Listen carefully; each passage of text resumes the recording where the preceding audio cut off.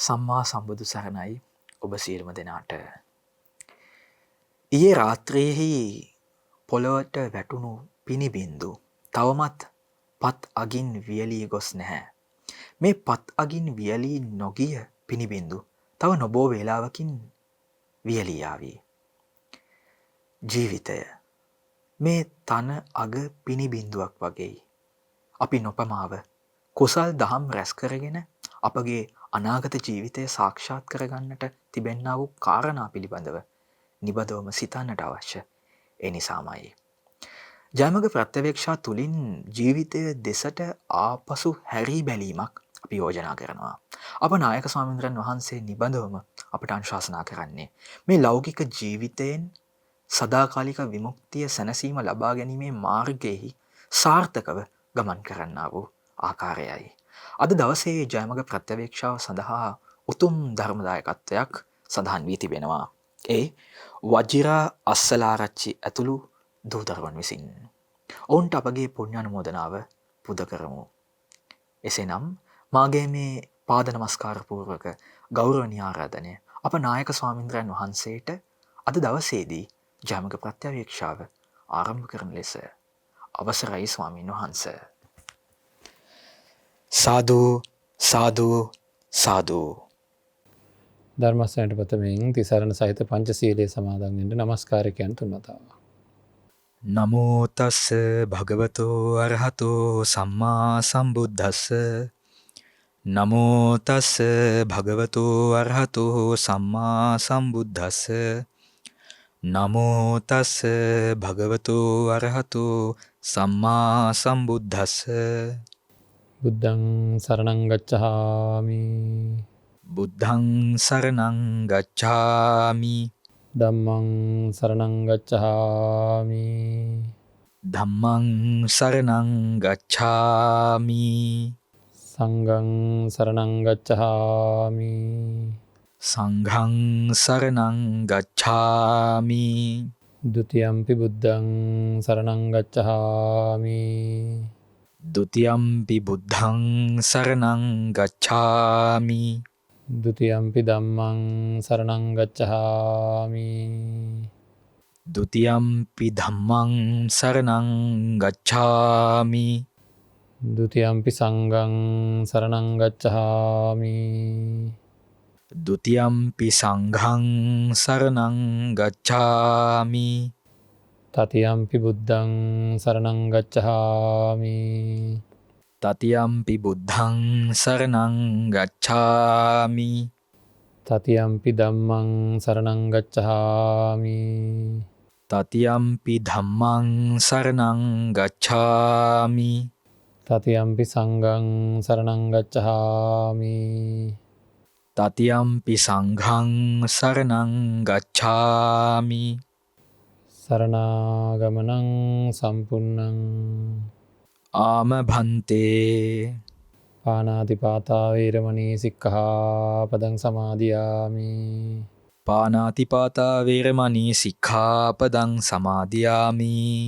අදින්නාදානා වේරමණී සික්ඛාපදං සමාදියාමි. අදින්නාදානා වේරමණී සික්ඛාපදං සමාදියාමි. කාමේසු මිච්ඡාචාරා වේරමණී සික්ඛාපදං සමාදියාමි. කාමේසු මිච්ඡාචාරා වේරමණී සික්ඛාපදං සමාදියාමි. මුසාවාදා වේරමණී සික්ඛාපදං සමාදියාමි. මුසාවාදා වේරමණී සික්ඛාපදං සමාදියාමි. සුරාමේරය මජ්ජපමා දට්ඨානා වේරමණී සික්ඛාපදං සමාදියාමි. සුරාමේරය මජ්ජපමා දට්ඨානා වේරමණී සික්ඛාපදං සමාදියාමි. තිසරණේන සද්දෙන් පංචශීලං ධම්මං සාදුකං සුරක්ඛිතං කତ୍වා අප්පමාදේන සම්පාදේ තබ්බං. ආම භන්තේ.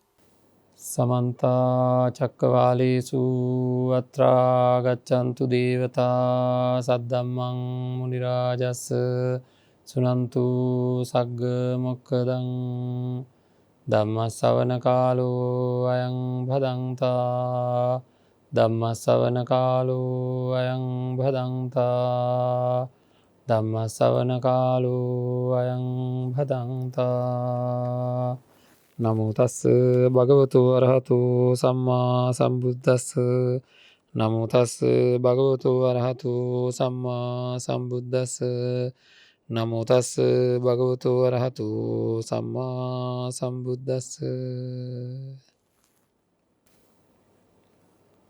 අසාරේ සාරමතිනෝ සාරේචා සාර දස්සනෝ තේ සාරංනාදිකච්චන්ති මිච්චා සංකප්ප ගෝචරා සාරංච සාර්ථෝ ඤත්වා සාරංච අසාරතෝ තේ සාරං අධිගච්ඡන්ති සම්මා සංකප්ප ගෝචරාති.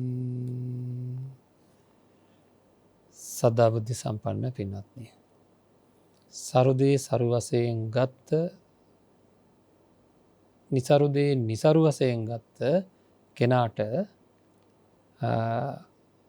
අධිගම ආදී ඉහළ මානසිකත්වයන් ලැබෙන බවත්, යහපත් සංකල්පනාවට ගොදුරු වෙන බවත්, අධිගම ආදී මාර්ගඵල ආදිය ලැබෙන බවත්, ඒ වගේම සරුදේ නිසරු වශයෙන් ගත්ත නිසරුදේ සරු වශයෙන් ගත්ත පුද්ගලයාට එයා මිච්ඡා සංකප්පයට ගෝචර වෙන බවත්, අධිගම ආදී ලොව අවබෝධ කර ගැනීම, තමන්ව අවබෝධ කර ගැනීම, විශේෂ ඥානයන් උපදවා ගැනීම ආදී කිසිම තත්ත්වයකට පත්වන්නට හැකියාවක් නොලැබෙන බවත් ධර්මයේ සඳහන් වෙනවා, බුදුරජාණන් වහන්සේ දේශනා කරපු ධර්මය.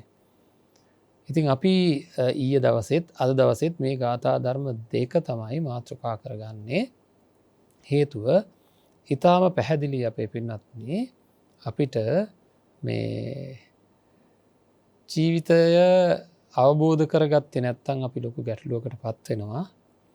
එතන හුඟක් අය ගත්තාම සරු ධර්ම ලෝකයේ තමන් භාවිතයට ගත යුතු සරු දේවල් නිසරු විදිහට දැනෙනවා සමහර අයට. ඒ වගේම නිසරු දේවල් සරු විදිහට දැනෙනවා සමහර අයට. භාවනාවක් වැනි අපේ ජීවිතය හදාගන්න අනිවාර්යයෙන්ම කාරණා සහිතව සිදු කළ යුතුම දේවල් පසෙකලා අනිවාර්ය කොට රාහු කාලය වගේ අත්හැරිය යුතු දේවල් වැළඳගෙන ඒ වෙලාවේ ඒ ප්‍රතිපදාව ඒ විදිහටම හරියටම අරගෙන යනවා. දවසකට එක සැරයක්වත් බුද්ධ වන්දනාවක් සිද්ධ කරන්නේ නැති බෞද්ධයෝ සමහර ඇත්තෝ මොකද කරන්නේ? අර රාහු කාලය වගේට ගොඩක් ගෞරව කරනවා. ඉතින් එතන තමයි අපි තේරුම් ගත යුත්තේ නිසරු දේ සරු වශයෙන්ුත් සරු දේ නිසරු වශයෙන්ුත් අරගෙන කියලා. එහෙම ගත්ත කට්ටියට කවදාකවත් ජීවිත අවබෝධයක් ඇති කරගන්න පුළුවන්කමක් නැහැ. වැරදි සංකල්පනාවලටමයි යන්නේ. මේවා එඩිතරව අයින් කර ගැනීමේ හැකියාවක් තියෙන්නට ඕනේ. මේවා අයින් කර ගන්නට එඩිතර හැකියාවක් කාටත් තියෙන්නට ඕනේ. ඒක එඩිතරකම කියලා කියන්නේ අභිමානය කියලා කියන එක ගැන අපි ගොඩක් දේවල් කතා කරා දන්නවා. ඇත්තටම අපේ චර්යාවන් පිළිබඳ පින්වත්නි අපි හොඳට බලන්න ඕන කෙනෙක්ගේ හැසිරීම තුළින් එයාගේ අභ්‍යන්තර තත්ත්වය මැනගන්න පුළුවන්. ඒකට කියනවා පෞරුෂයක් කියලා. එතකොට ඒ ඇති වෙන පෞරුෂය කාගේවත් මත රඳා නොපවතින ඍජු ප්‍රතිපත්ති වලින් යුක්තව කටයුතු කරන්නට හැකියාවක් ඇති. හැම පැත්තකින්ම යහපත් දේවල් සිද්ධ කරන ස්වභාවයක් තියෙනවා නම් කාරණා සහිතව අන්න එතන තියෙන අභිමානයක් කියලා එකක්. එහෙනම් අභිමානවත් පෞරුෂයක් පුද්ගලයෙක් තුළ ඇති වෙන්න නම් සරුදේ සරු වශයෙන් ගන්නට ඕනේ. නිසරු දේ නිසරු වශයෙන් ගන්නට ඕනේ. එතකොට ජීවිතයක් නිරවුල් වෙනවා. ඉතින් අපි ඊයේ මේ විවාහ පොරොන්දම් ගැනත් කතා කරා, නැකත් ගැනත් යම් ප්‍රමාණයකට කතා කරා. ඉතින් මේවා ගැන අපි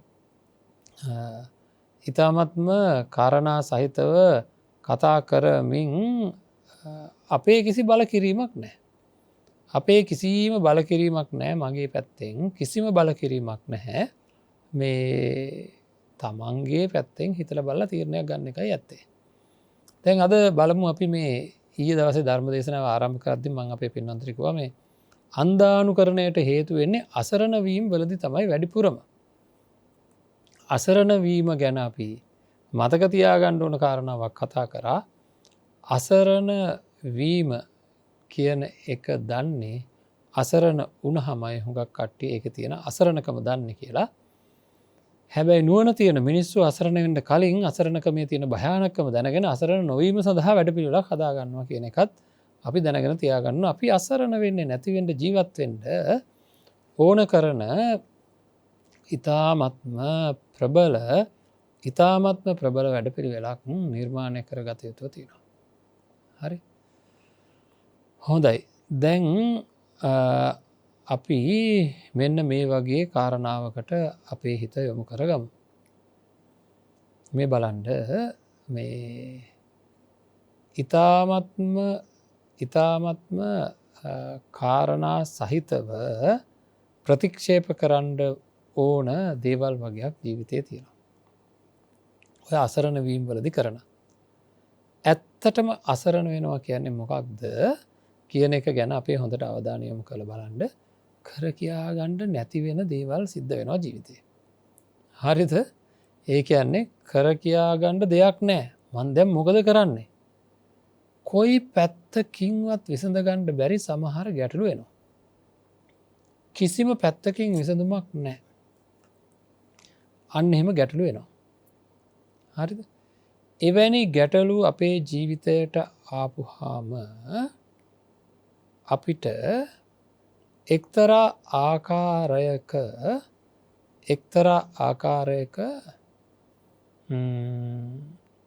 කරන්ට දෙයක් නැතිහින්දා ලොකු පීඩනයක් ලොකු මානසික ආතතියක් ඉතාමත්ම ඉතින් ඒකට කියන්න තියෙන වචනය අසරණකමම තමයි.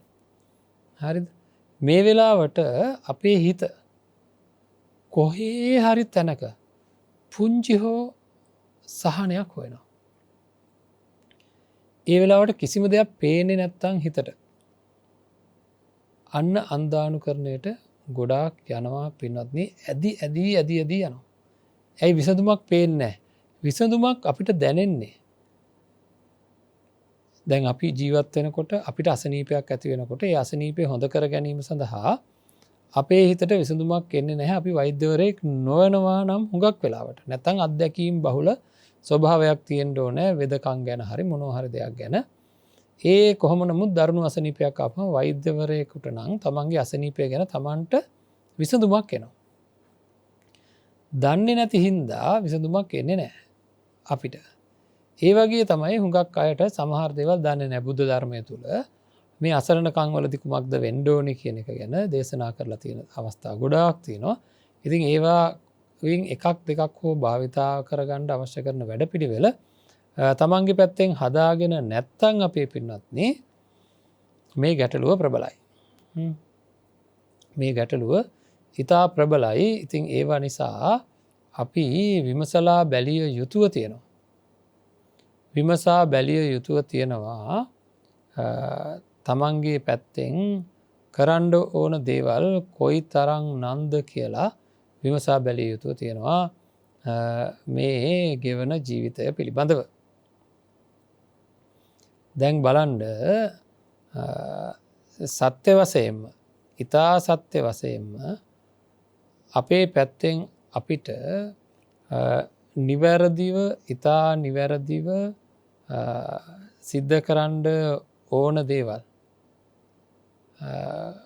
තියෙද්දි මොනවද තේරුම් ගන්න ඕනේ. කරදර එන්නේ ඇයි අර විදිහට මොන වගේ කරදරද කිසිම පැත්තකින් විසඳුමක් නැතුව කොයි පැත්තට හැරුණත් ගැටලුකාරී තත්ත්වයක් ඇවිල්ලා මේ පැත්තට ගිහින් කතා කරත් අමාරු වැටෙනවා. මේ වැඩේ කරත් අමාරු වැටෙනවා. තව වැඩක් කරත් අමාරු වැටෙනවා. මොන පැත්තකින්වත් විසඳුමක් නැහැ. හැම පැත්තකින්ම හිර වෙන සමහර ප්‍රශ්න තියෙනවා. එහෙම ඒවා ආපුවාම හුඟක් අය කරන්නේ කෑ ගහලා අඬන එක. හරිද?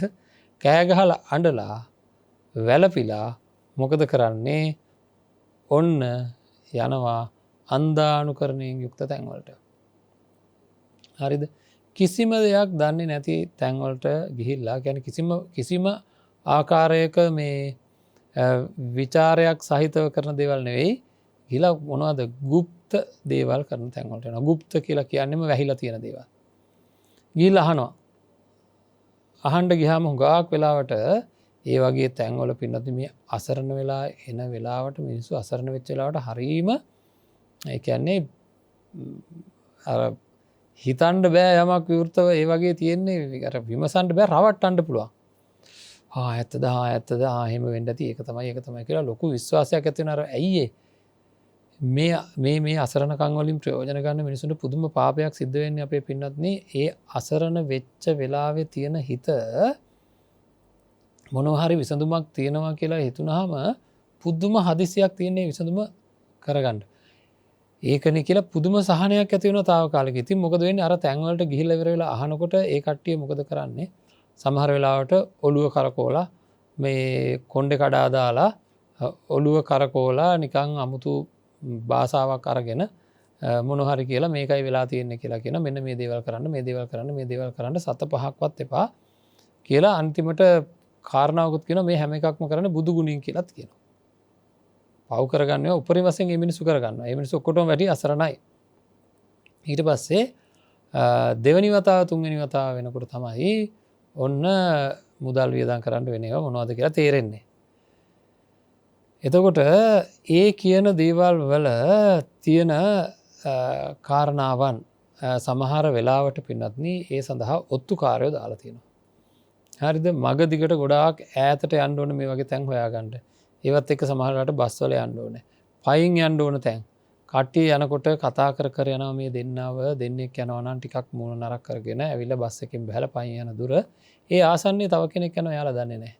ඒ යන්නේ අතන ඉන්න ඔත්තුකාරයෝ. හරිද? ඒවා ඇත්තටම වෙන දේවල් අපි මේවා හොයලා තියෙනවා.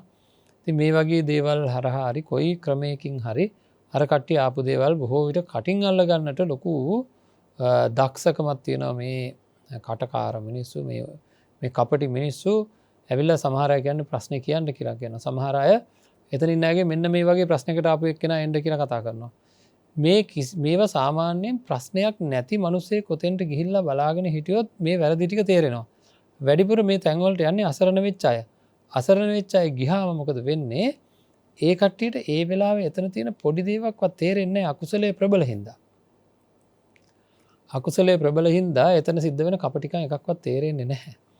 අනිත් එක තමයි මේ ස්ථානවල හදනවා පුදුමාකාර ගෞරවයක් ඇති වෙන විදිහට භයානක විදිහට කතා කරන හරිද පොඩ්ඩක්වත් ඒ තැන්වල තියෙනව කට වරද්ද ගන්න එපා. හරිද? මේවට විරුද්ධව කතා කරලා එහෙම මේවට විරුද්ධව කතා කරන්න හිතන්නවත් යන්න එපා. මේ හොඳ නෑ මේ වගේ දඬුවම් ලැබෙන්න පුළුවන් කියලා ඒ වගේ බීතිකාවක් නිර්මාණය කරලා තියෙනවා. භයානක රූප ගහලා තියෙනවා. හරිද?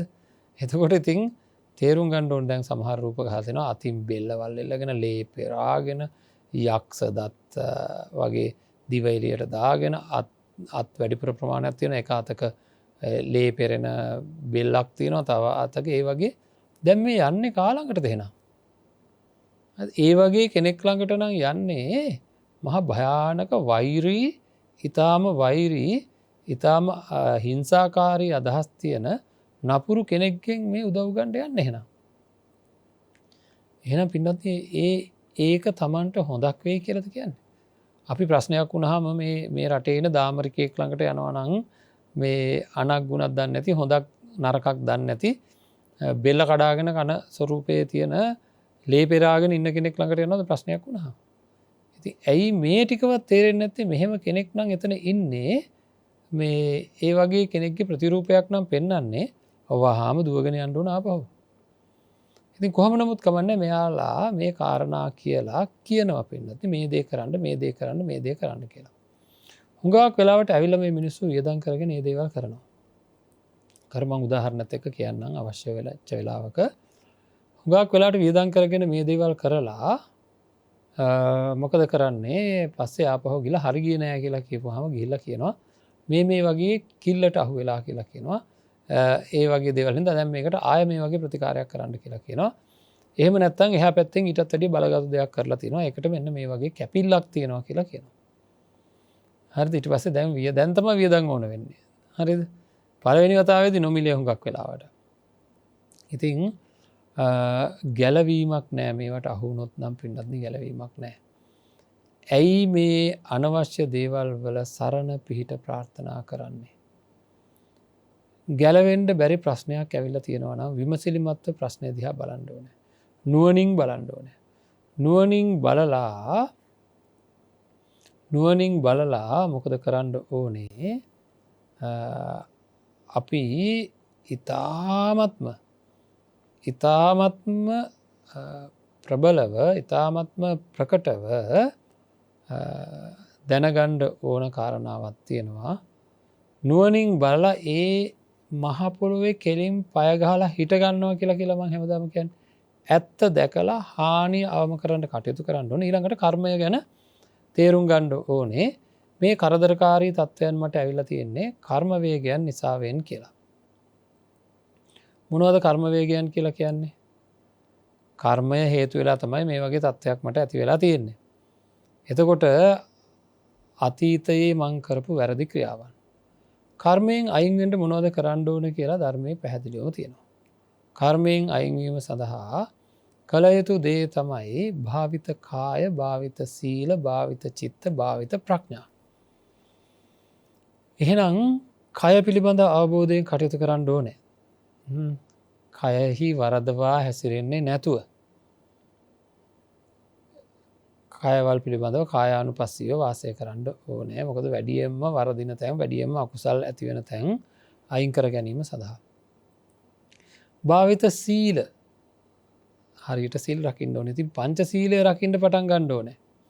අපි දන්න නනි පැත්තෙන් සබ්බ දුක්කා පමුංචති සියලු දුක් නැතිකර ගැනීම සඳහා හේතුවෙන ක්‍රමවේදය දේශනා කරපු තැනත් තියෙනමකද කායන සංවරෝ සාධූ සාධවාචාය සංවරෝ මුලින්ම තියෙන. එහෙනම් මට කරදරකාරී තත්වයක් කාව කියලා තේරනකොට සිල් රකිට පටන් ගණ්ඩෝන ඒ කර්මයයි වේගවත් වෙලා එන්නේ. එනම් සිල් රකිින්ඩෝ නෑ ඉළඟට භාවිත චිත්ත සමාධිය වඩන්ඩ ඕනෑ භාවිත ප්‍රඥා විදර්ශනා වඩන්නට ඕනෑ. සීල සමාධි ප්‍රඥා කියලා කියන ත්‍රිසික්ෂාව වගේම කය භාවිතා කිරීමත් එතෙන්ටමයි වැටෙන්නේ මෙන්න මේ හතර ආරම්භ කරන්න අඩුම ගාන පංච සීලය ආරක්ෂා කරන්නටත් ගෙදර කට්ටිය එකතු වෙලා අපිට මහා කරදරකාරය තත්ත්වයක් ඇවිල්ලා තියෙන්නේ. අපි ඒකින්ද මේ මොහොතේ ඉඳලා හරියට පන්සිල් ආරක්ෂා කරමු.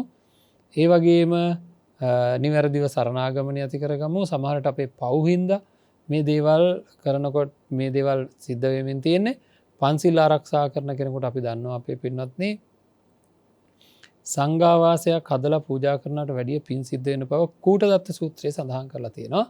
එනම් බොහෝ පින් රැස් කරගත යුතුව තියෙනවා. බොහෝ පින් රැස් කරගත යුතුව තියෙනවා. අන්න ඒක ගැන අපි හොඳින් දැනගෙන දැන් මේ පෙර පව් පටිසන්දීගෙන එනකොට බොහෝ පින් රැස් කරගත්තොත් මේ දේවල් වලින් අපිට අයින් වෙන්න පුළුවන් කියලා බුදුරජාණන් වහන්සේ දේශනා කරපු දේ මොකක්ද කියලා දැනගෙන අර අන්දානුකරණයකට යන්නේ නැතුව කාරණා සහිතව යමක් පිළිගත යුතුව තියෙද්දී කාරණා රහිතව යමක් පිළිගැනීමේ තියෙන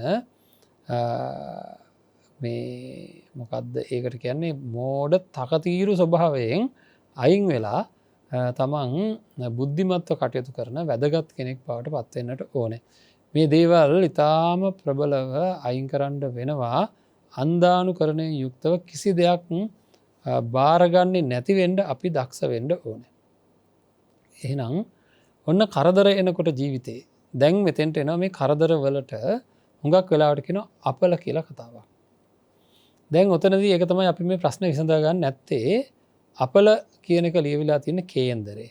දැන් මේක කතා කරන්න ගියාම සිද්ධ වෙනවා කේන්දරේ ඇත්තද බොරුද කියලා කතා කරන්න. හරිද? එතකොට ඇයි කේන්දරේ ඇත්තද බොරුද කියලා අපි කතා කරන්න යන්නේ? අපි මේක ධර්මයත් එක්ක ගලපමු. උපකල්පනයක් විතරයි. කේන්දරේ ඇත්ත කියලා ගමුකු උපකල්පනයක් විතරයි. එහෙමයි ප්‍රශ්න විසඳ ගන්න ඕන ප්‍රශ්නයක් දිහා බලන්න යමක් උපකල්පනය කරලා ඒකට හේතු හොයනවා ඊට පස්සේ. එහෙනම් උපකල්පනය කරනවා අපි කේන්දරේ ඇත්ත කියලා. කේන්දරේ ඇත්ත නම් ඔන්න දැන් කරදරකාරී කාලයක් ආවට පස්සේ අපි ගිහිල්ලා බලනවා. බලපුවම කේන්දරයට අනුව මේ කාලයේ ගොඩක් අපල තියෙන කාලයක් කියලා ඔන්න දැන් කේන්දරයට අනුව කියනවා. කේන්දරයට අනුවනේ කියන්නේ. අපල තියෙන කාලයක් අවුරුදු 3ක් මෙච්චර තියෙනවා. ඒ අපලේ ගෙවෙන්න ඕන කියලා කියනවා. මේකත් එක්ක අපිට ගම්ම වෙන්නේ මොකක්ද? ගෙවෙන්න ඕන නම් ඒක නිකන් පව් ගෙවෙන්න ඕන වගේ කාලයක්. මේක අපිට තේරුම් ගන්නත් පුළුවන් වෙන්න ඕනේ.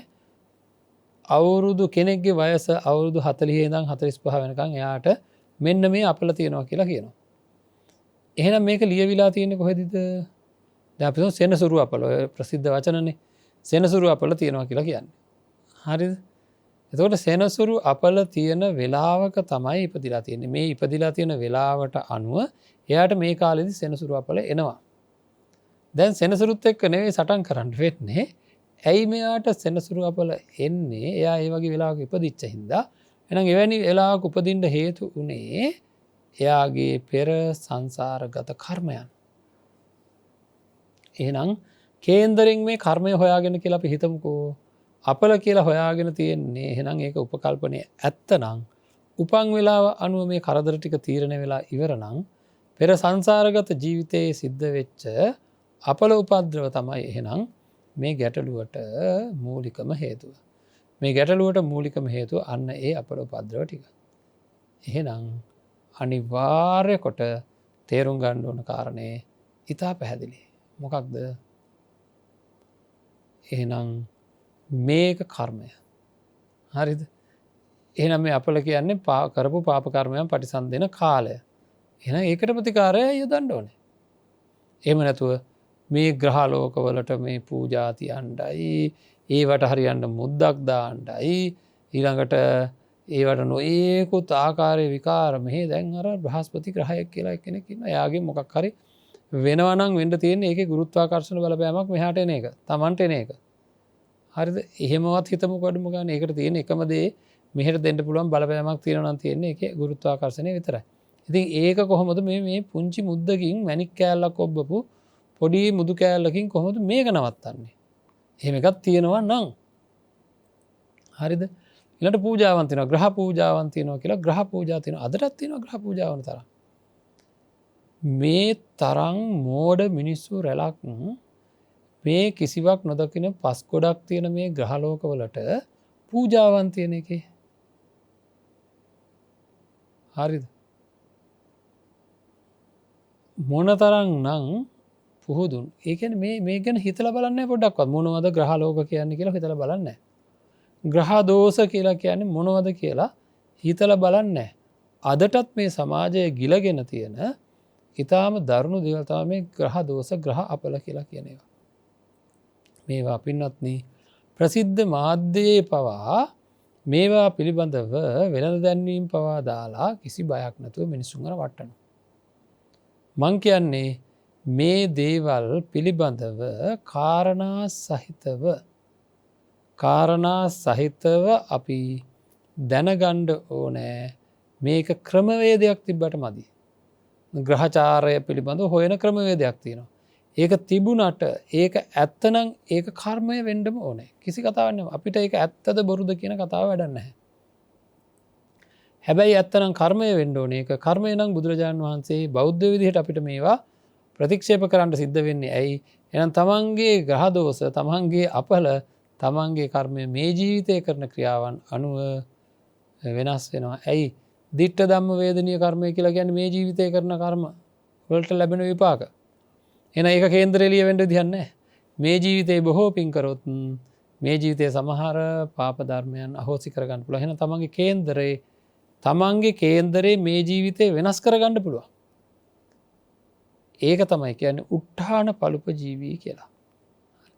උත්සාහයෙන් කර්මය වෙනස් කරන්න පුළුවන් බව බුදුරජාණන් වහන්සේ දේශනා කරලා තියෙනවා. උත්සාහයෙන් කර්මය වෙනස් කරන්න පුළුවන් බව සම්මා සම්බුදුරජාණන් වහන්සේ දේශනා කරලා තියෙනවා. පින්වත්නි, අන්න ඒ නිසාවෙන් අපි මේවා පිළිබඳව ඉතාමත්ම දැඩි ප්‍රතිපත්තියක ඉන්න ඕනේ. ඒ ප්‍රතිපත්තිය තමන්ගේ පැත්තෙන් ඉතාමත්ම ප්‍රබලව ප්‍රකටව කාරණා සහිතව තියෙන්න ඕනේ. ඉතින් මේකට කිපෙන්න දෙයක් නැහැ. මේ නස්සාස්ත්‍ර ආදිය පිළිබඳව අදහස් තියෙන අය, ව්‍යාපාර කරන අය කිපෙන්න දෙයක්වත් නැහැ. මොකද අපි කියන්නේ ඒක ප්‍රතික්ෂේප කරන්න කියලා නෙවෙයි. ඕන්නන් ඒක බලාගණ්ඩ හැබැයි ප්‍රතිකර්මය යොදාගද්දී මේක කර්මය බව තේරුම් ගණ්ඩ ධර්මානුකුල බෞද්ධ විදිහට ඒ කර්මය බව තේරුම් අරගෙන කර්මයට ප්‍රතිකාර යොදන්ඩ වෙනත් බහභූත දේවල් නං සම්පූර්ණයෙන් ප්‍රතික්ෂේප කරන්න සිද්ධ වෙනවා ග්‍රහ පූජා ආදිය ඒවා ගෙන් යහපතක් වෙනනම් ඔප්පු කර පෙන්නන්ඩ සමහර දේවල් වලදී මානසිකත්වය කෙනෙක්ගේ වැටිලා තියෙන මානසිකත්වයට මානසික ප්‍රතිකාරයක් විදිහට ඔය බලිතොයිල් වගේ දේවල් වලින් මම දැන් නිරෝගී වුණා කියලා කෙටිකාලීනව එයාට යහපතක් සිද්ධ වෙන අවස්ථා තියෙනවා. අන්න ඒක විතරයි හිතනවනම් හිතන්ට තියෙන එකම දෙයක් තියෙන්නේ ඒක එහෙම වෙන්ඩනං ඒ තැනැත්තා ඒකට ගොදුරු වෙච්ච තැනැත්තා ඉතාම පහළ මානසිකත්වයක් තියෙන කෙනෙකුට පැහැදිලිවම ඒ වගේ දේවල් කරපුහා මට දැන් තිබ්බ කරදරවලින් අයින් වුණා කියලා යම් කිසි අදහසක් තියෙන්න්නට පුළුවන්කමක් තියෙනවා. ඒ අරෙන්ඩ මේ කරන එක විකාර වැඩවලින් නං කිසිම ආකාරයක ප්‍රතිඵලයක් තියෙන්ට පුළුවන්කමක් නැති බව අපි තාම හොඳින් ඉතාම වටිනාකමකින් යුක්තව තේරුම් ගත යුතුව තියෙනවා. එතකොට මේ හැමදේකදිම කාරණා සහිතව විමසා බලමින් විමසා බලමින්ම සිද්ධ කරන්න ඕනේ. අපි අසරණ වනා කියලා බෑ අසරණ වෙන්ඩ හේතුවෙන කාරණාව කර්මයමයි. ඉතින් කර්මයට ප්‍රතිකාර යොදනවා මිසක්කා වෙන තැන්වලට ප්‍රතිකාර යොදල බෑ. එකට එඩිතර භාවයක් තියෙන්න්නට ඕන අපේ පින්නත්න එඩිතර භාවයක් කියලා තියෙන්නේ අභිමානයක් තියෙන්ට ඕන කියලා කියන්නේ මේ තමන්ට විශ්වාසය ඇතිවෙන විදිහට කාරණා සහිතව ඒ විශ්වාසය ඇතිකර ගණ්ඩුවන මේ දේවල් වලින් කෙරෙනවා යමක් කියලා අපේ දරුවෙක් කියලා හිතන්නකො. අපේ දරුවෙකුට යහපතක් කරන්න දෙමවපිය හැමලේම සූදානම් වෙන්න ඕනේ. හරිද? දරුවෙකුට යහපතක් කරන්න දෙමවපියෝ නිබඳව සූදානම් විය යුතුව තියෙනවා. ඉතිං නිබඳව සූදානන් වෙන මේ දෙමවපියන් කොයි විදිහකින්ද ඒ සූදානම සිද්ධ විය යුත්තේ කියන එක ගැන අපි බලන්ඩ ඕන හොඳම දේ කෙරෙන්ට. දැන් දරුවෙකුට අකුරු කියවනු. කොන්්ඩෙ කපනෝ. මේ තැන්වලදී අපි යම්කිසි වෙලාවක් නියම කරගත යුතුව තියෙනවා. හරි. අපි හිතමකෝ හිතෙන් අත හරින්ඩම බෑ කියලම නැකතක් බලනව කියන එක. බැලුව කියන්නව. හැබැයි බුදුරජාණන් වහන්සේ දේශනා කරපු දේත් මේකට එකතු කරන්න වෙනවා. බුදුරජාණන් වහන්සේ දේශනා කරනවන යහපතක් සිද්ධ වෙන්ඩ නම් කරන වැඩේ අනිවාරයෙන්ම සිතකය වචනය සංවර කරගෙන වැඩේ ආරම්භ කරන්න ඕන කියලා. එනම් දරුවගේ දෙමාපිය කල්පනා කරන්න වෙනවා මේ ළමයට මම ආදරයනම්. මේ ළමයට යහපතක් වෙන්ඩ නම් අපි මේ වැඩ කටයුත්ත කරන වෙලාවට සතියකට ඉස්සෙල්ල හරි. පංචසීලය ආරක්ෂා කිරීමේ වැඩ පිළිවෙලා. පංචසීලය ආරක්ෂා කිරීමේ වැඩ පිළිවෙලක් තිබිය යුතුයි කියලා අපි ළඟ. දෙන්න දෙමාල්ලු එකතු වෙලා ගෙදර කට්ටිය එකතු වෙලා අපි නංගිගේ මල්ලිගේ මේ කොන්්ඩ කපන්ඩයි යන්නේ නැතන් අකුරු කියවන්ඩයි යන්න කියලා ලොකු ළමයින්ටත් කියලා දීලා මේ දවස්ටිකේ කොහොමුවත්ම පුංචි සතෙක්වත් මරන්ඩ එපා හොරකමක් කරන්න එපා ඒ විදිහට ගෙදරය ඔක්කොමල එකතු වෙලා සිල්ලා රක්ෂා කරනවා ඊට අමතරව තවදුරටත් වැඩි යහපතක් වෙන්ඩ ඕන හින්ද මොකද කරන්නේ මේ කේලං කියන්නේ පරුස වචන කියන්නෙත් නෑ හිස් වචන කියන්නෙත් නෑ මේ විදිහට තවත් සංවර්ධනය වෙන්ඩ බලනවා. අපේ පින්නන්නේ සතියකට එක හමාරකට ඉස්සෙල්ලවක්වත් මේ කටයුත්ත දින 14කට ඉස්සෙල්ලවක්වත් පටන් ගන්න ඕනේ. පටන් ගන්නකොට මොකද වෙන්නේ සැබෑවටම ඒ දින ආසන්න වෙනකොට යම්කිසි කෙනෙකුට ප්‍රමෝදය උපදින්න පටන් ගන්නවා. චිත්ත ප්‍රමෝදය උපදින්න පටන් ගන්නවා. දැන් සිල් රකින්නවානේ. එතකොට බීමත්ව හිටිය තාත්තා ඉන්නවා නම් දවස් 14ක් බොන්න නැතුව ඉන්නවා. ඒ කියන්නේ බොන්න පුරුදු වෙලා හිටිය කෙනෙක් ඉන්නවා නම් සුරාපානයෙන් වැළකීලා ඉන්නකොට එයාට ඇත්තටම මේ පුරුද්දෙන් අත මිදෙන්න පුළුවන් කියන එක දැනෙනවා. ඒකත් එක්ක වෙන්න තියෙන හානි ගොඩාක් වළකිනවා. ඉතින් මේ බුදුරජාණන් වහන්සේ දේශනා කරපු නැකත හදන්න ගියාම එන අතුරු ප්‍රතිඵල ඒවා.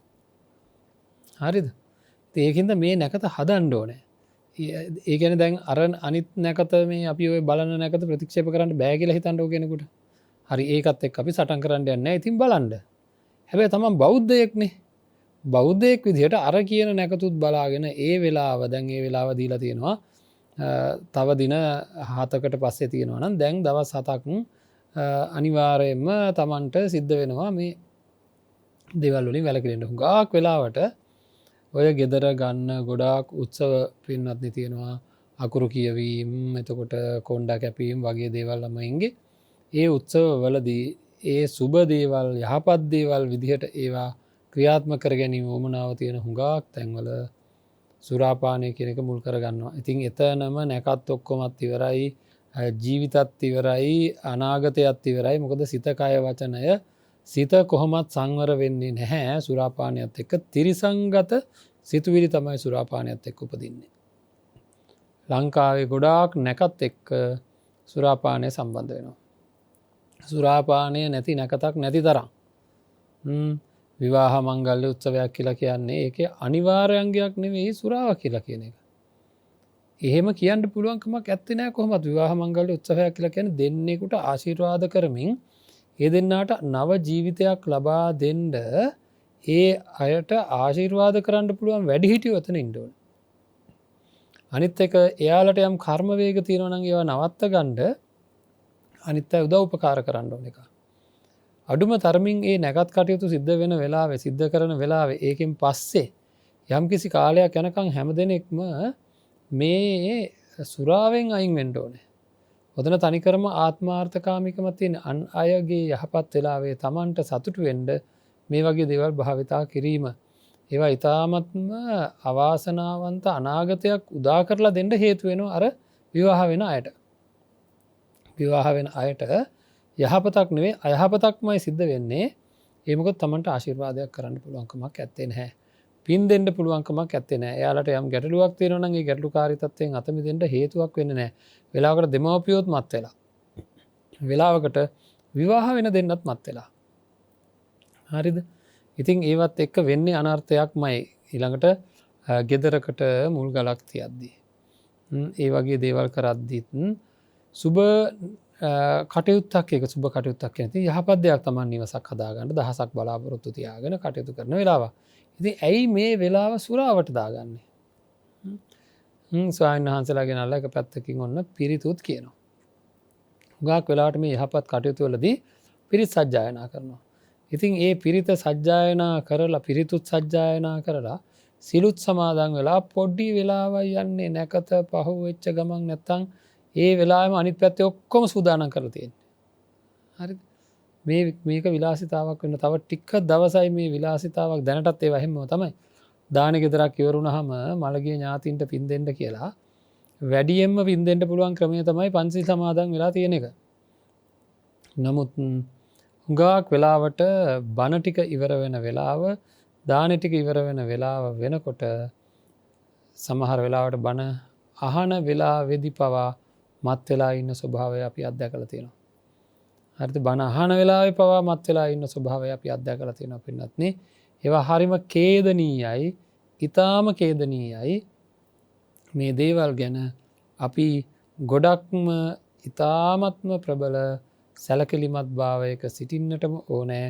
ඒක එහෙමමයි ජීවිතය නිවැරදි කරගන්නට අපි හැම වෙලාවක්ම ඊටා නිවැරදිව කටයුතු කරන්න සූදානම් කරගන්නම ඕනෑ. ජීවිතේ නැත්තම් අපිට පුළුවන්කමක් නැහැ හදාගන්න. කොහොමවත්ම හදාගන්න පුළුවන්කමක් වෙන්නේ නැහැ.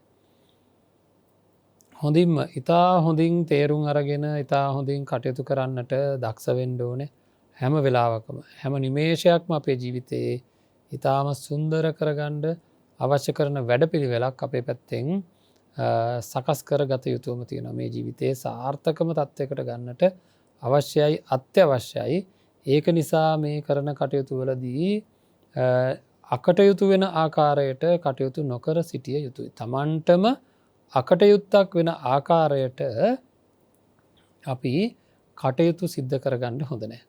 ඒක ඊටාම අභාග්‍ය සම්පන්න ඉරණමකට පත් වෙන්න හේතුවක් වෙනවා. ඒකින්ද හැමෝම හැම නිමේෂයක්ම ගෙවෙන හැම තත්පරයක්ම ඊටාම යහපත් ආකාරයට ගෙවෙන්නට නම් ගෙවන්නට නම් අපේ පැත්තෙන් අපි වඩාම හොඳම දේ සිද්ධ කරන්න වග බලාගත යුතුව තියෙනවා. හොඳම දේ සිද්ධ කරන්න වග බලාගත යුතුව තියෙනවා.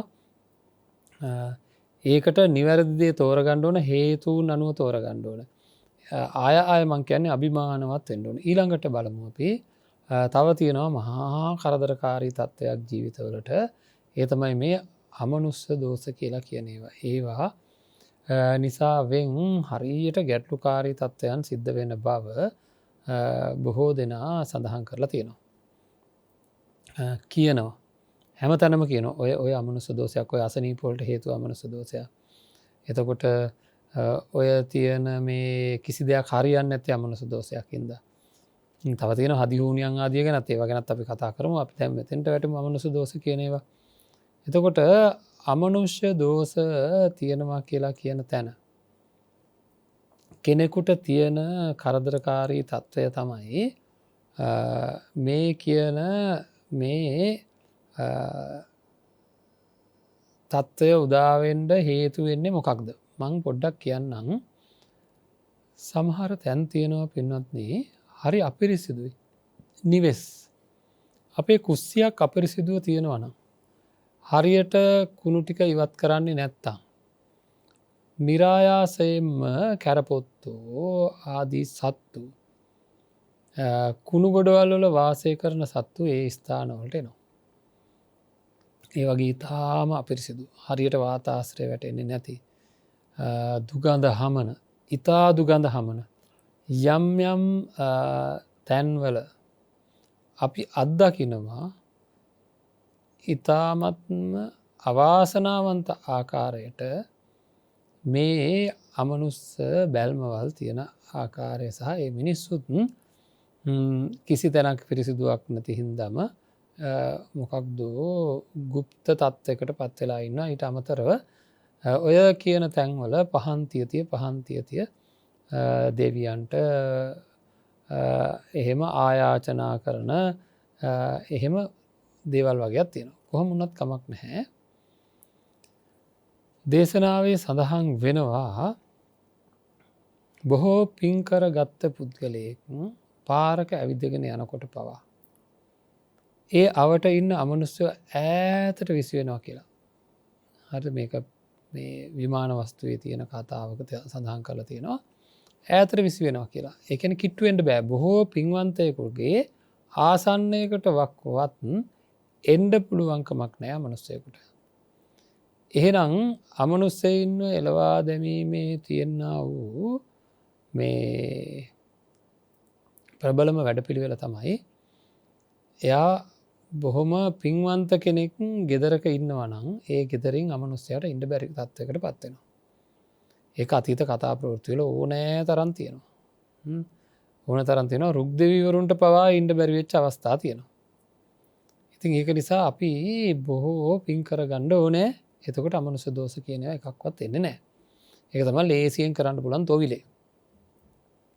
බොහෝ පින්කර ගණ්ඩ කරන්න ඕන දේවල් ගැන හොල බලනකොට. දැන් හිත ඉතින් බොහෝ පින්කරගන්න සල්ලිය පෑ කියලා. මුදල් අවශ්‍යද පින්කරගණ්ඩ කියන එක ගැන අපි හිතල බලන්ඩ ඕනෑ. මුදල් අවශ්‍යද පින්කරගණ්ඩ කෙනෙක් ගැන බොහෝ පින්කරගන්න තැන කොහොමද කියලා බුදුරජාණන් වහන්සේගෙන් විමසනවන අපි කලින් කතා කරපු කූට දත්ත බ්‍රහ්මණයම විමසනව බුදුරජාණන් වහන්සේගෙන් ලොකුම පිනක් කරගන්න ඕන මොකක්ද කරන්න ඕන කියලා. කුෘතත්ත බ්‍රහ්මණය සඳහන් කරන්නේ මේ මට ලොකු පිනක් කරගණ්ඩ ඕනේ ඒ පින අතිමහත් මහත් පල මහානිසංස වෙන්ඩ නම් මේ විදිහට කොයි වගේ දෙයක්ද කරන්න ඕන කියලායි. එතර බුදුරජාණන් වහන්සේ දේශනා කරන්නේ සාංගික දානයක් දෙන්න කියලා. කුෘතත්ත බ්‍රහ්මණය මෙතනින් නවතින් නැතුව ඊටත් අඩිය පිනක් කියලා හම සඳහන් කරන්නේ සංඝයා වහන්සේ අරමුණු කරගෙන සංඝාවාසයක් හඳලා පූජා කරන්න කියලා බුදුරජාණන් වහන්සේ දේශනා කරනවා. ඊටත් වැඩිය පිනක් කරගන්න කොහොමද කියලා හපුහම බුදුගුණ දහම්ගුණ සඟගුණ දැන නිවැරදි සරණාගමනයක් ඇති කර ගැනීම ඊටත් වැඩිය ලොකු පිනක් කියලා දේශනාව සඳහන් කරලා තියෙනවා. ඊටත් වැඩිය පිනක් කියලා සඳහන් කරන්නේ පංචසීලය ආරක්ෂා කිරීම. යම් කිසි කෙනෙක් නිත්‍ය පංචසීලය ආරක්ෂා කරනවා නම් ඒ තැනැත්තා සංඝාවාසයක් හදල පූජා කරනට වැඩිය පිනක් සිද්ධ කරගන්නවා කෙනෙක මේකින් ගම්ම වෙන කාරණාව. එහෙනම් යම් කිසි කෙනෙක් පන්සිල් රකිනවා නම් නිවැරදි සරණාගමනය තියෙනවා නම් ඒ තැනැත්තා ගාවට කිසි මෝදියකින් අමනුස්සයකුට එන්ඩ විදිහක් නැති බව අපි තේරුම් ගණ්ඩ ඕන බොහෝ පින් කරන කෙනෙක් වෙනවා. ඉතින් අන්න එහෙනම් ගෙදරක යම් කිසි අමනුස්්‍ය දෝෂයක් තියෙනවා කියලා දැනෙනවා නම් කළ යුතුව තියෙන්නේ බොහෝ පින්කර ගණ්ඩ පුළුවන් තත්වකට පත්වීම. හරි බොහෝ පින්කර ගණ්ඩ පුළුවන් තත්වකට පත්වීම තමයි කළ යුතුව තියෙන්නේ. අන්න ඒ සඳහා අපි මොකද කරන්න ඕනේ අපේ ජීවිතය ඉතාම නිවැරදි තත්වට පත් කරගණ්ඩ උත්සාහ කරන්න ඕනේ. පන්සිල් ආරක්ෂා කරවුවොත් ඔය කියන අමනුස දෝසාදිය නැතිවෙලා යන ඉතින් හදිහූනියම් වගේ දේවල් ඒවගේම දෙවියන්ගේ පිහිට ආරක්ෂාව ලබාගන්න ක්‍රමවේදයන් ඔක්කොම ධර්මානුකූලෝ මේ විදිහට අපිට කතා කරන්න පුළුවන්. ඉතින් හෙට දවසෙත් අපි පිළිබඳ මූලාශ්‍ර සහිතව සාකච්ඡා කරන්නට ඕන. හෙට බදාද දවස බදාද දවසේ අපි සූදානම් වෙන්නේ මූලාශ්‍ර සහිතව සාකච්ඡා කරන්න කොහෙද මේවා තියෙන්නේ කියන එක ගැන අපි කතා කළ යුතුව තියෙනවා.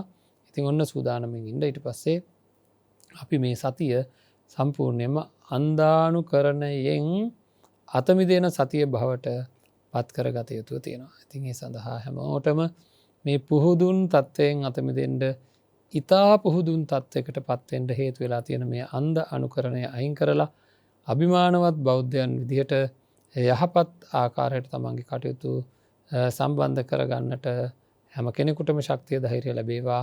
ජීවිතය නිවැරදි කරගන්නට හැකිඒවා උතුම් සැනසීමෙන් සැනසේවා කියලා ප්‍රාර්ථනා කරනවා. හැම දෙනාටම සම්මා සම්බුදු සරණයි. ආකාසට්ටා චුම්මට්ටා දේවානාගා මහිද්దికා පුඤ්ඤන්තං අනුමෝදිත්වා චිරං රක්ඛන්තු ශාසනං චිරං රක්ඛන්තු දේශනං චිරං රක්ඛන්තු මං පරන්ති. හොඳයි පින්වත්නි, අද මේ ධර්ම දේශනාවේ දායකත්වයේ වශයෙන් සඳහන් කරලා තියෙන්නේ වජිරා අස්සල ආරච්චි මහත්මිය ඇතුළු දූ දරුවන් විසින් කියලයි. අනුරාධපුර දෙවන පියවර අංක 730 පදිංචිව සිට නැසීගේ ලින්ටන් අස්සලාරච්චි ආදරණීය පියාණන්ගේ 104 වන ජන්මදිනයටත් නැසීගේ අනුලා අස්සලාරච්චි ආදරණීය මෑණියන්ටත් මේ පින් අනුමෝදන් වේවා, නිවන් සුවය ලැබේවා කියලා සඳහන් කරලා තියෙනවා. අද දින උපන්දිනය සමරන වජිරා අස්සලාරච්චි සහ රේණුකා අස්සලාරච්චි යන දෙදෙනාට නිදුක් නිරෝගී සුවය ලැබේවා.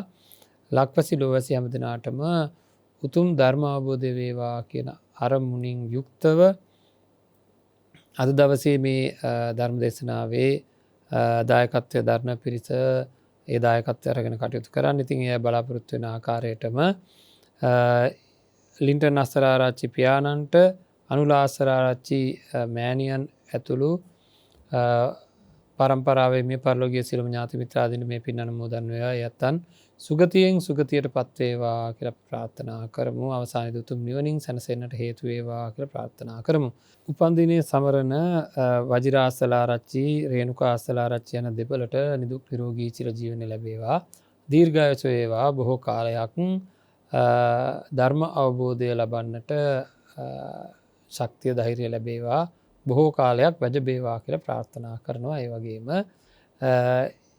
එම සියලු දෙනා ඇතුළු සුජීවත්ව වාසය කරන හැම දිනාටම ලැබී තියෙන දුක් කරදර දුරු වේවා, ලැබෙන්නට තියෙන දුක් කරදර දුරු වේවා, කායික මානසික සුවය ලැබේවා, කරන කියන සියලු කටයුතු සාර්ථක වේවා. හිත මිත්‍රාදීන් ඥාති මිත්‍රාදීන් දුවා දරුවන් ඇතුළු සියලු දෙනාම නිදුක් නිරෝගී සුවපත් භාවයට පත් වේවා. සසර වසන තාක්කල් කිසිදු පාප මිත්‍ර ඇසුරකට පත් නොවේවා. කල්යාණ මිත්‍ර ආශ්‍රය නිබඳව නිරතුරුව ලැබේවා. අවසානයේදී උතුම් නිවනින් සැනසෙන්නට මේ සියලුම පුණ්‍ය ශක්තියින් හේතුවක්ම වේවා කියලා ප්‍රාර්ථනා කරනවා. හැම දිනාටම සම්මා සම්බුදු සරණයි.